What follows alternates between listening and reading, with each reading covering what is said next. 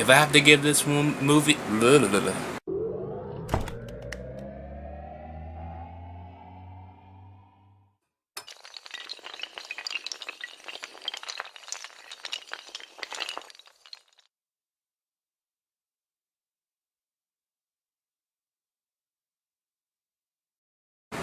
so Walk of Shame stars Elizabeth Banks as Megan Miles, a news reporter who wants to be anchor. But of course, when the anchor job gets passed on to someone else, that doesn't make her night or day any better. So her two best friends take her out to a bar, basically where she gets wasted and gets taken home by James Marsden, who is a bartender at the bar. They have a one-night stand, and she gets a message on her phone in the early morning hours that she needs to hurry up downtown if she wants to make this anchor job, because that's what she wants to do in the first place. So she has to get down there in a certain time to get that job before it gets passed on to someone else. So she has to make it to downtown LA without a car, because her car got towed, without money because her money was in the car,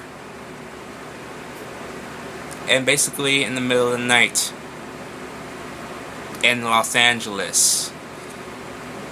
Yeah, good luck with that. Walk of Shame comes to us from director Stephen Brill, whose last movie, Movie 43, sucked. Walk of Shame, however, is a better movie than Movie 43. I actually laughed at this movie. I actually had fun with this movie. And unlike Tammy, it is a better movie than Tammy. And Elizabeth Banks, the sweetheart that she is, does a great job with this movie. I love Elizabeth Banks. I liked her since Spider-Man. She has not let me down since. I'm so glad she broke out on her own. And she's not afraid to get her hands dirty, because in this movie she does get dirty. A lot. It's funny, because her dress gets dirty, but she kind of doesn't. Yeah, that's movies nowadays. I was surprised by this movie. I was really surprised by this movie. The gangsters in this movie cracked me the fuck up, because one of them, well, all three of them were hilarious, but one of them talks like this, and he really talks like a little girl or something like that, and it's hilarious. That was awesome. Her two best friends are fucking idiots, okay? One of them is a complete airhead, and the other one is a questions and acts type thing. Like, she's asking James Marsden all these stupid questions and all this shit about where her friend is and all that stuff, and he's trying to tell her, and they're gonna pull out this stupid little questions and answers type thing that the airhead gives him the answers, the questions to. It's fucking retarded. I hated her two friends.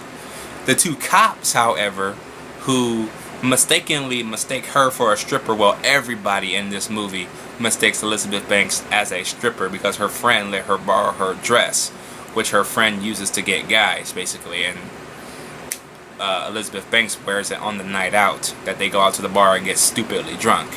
So that's what she's wearing to go to the news station downtown, and everybody somehow seemingly mistakes her for a stripper. Don't let her get a word in edgewise while they're talking about her all the time, but they're quick to assess that she's a stripper because of the dress she has on, which does play off the fact, never judge a book by its cover. I like that.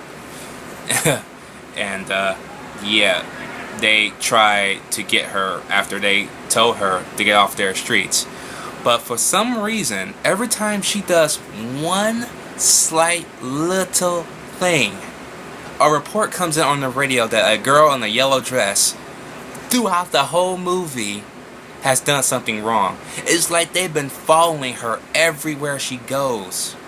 It's fucking stupid. I hate that part. I'm like, wait a minute.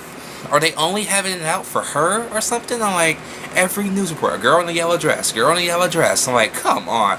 All the crimes going on in the city, and the girl in the yellow dress that does these little things, not even life-threatening, gets your attention. I hate stupid shit like that. That really takes you out the movie. I hate it. And those two cops are on her tail trying to do it. Other than that, it's a pretty entertaining movie. I have fun with it. Damn, he actually made a good movie. Stephen Brill actually made a good movie with decent acting. The acting is very decent in this movie. Will you remember it a day after tomorrow? Yes. Is it worth a buy? Maybe in the $5 bin at Walmart one day, maybe, or $7.88 bin, depending if it's Blu-ray or DVD. Blu-ray probably in the $7.88, DVD probably in the $5 bin. All in all, though, I'm gonna give Walk of Shame a C+. It's an enjoyable movie. It's just not one you want to keep yet, unless it's the right price. That's what a C+ is for me. It's the right price type of grade.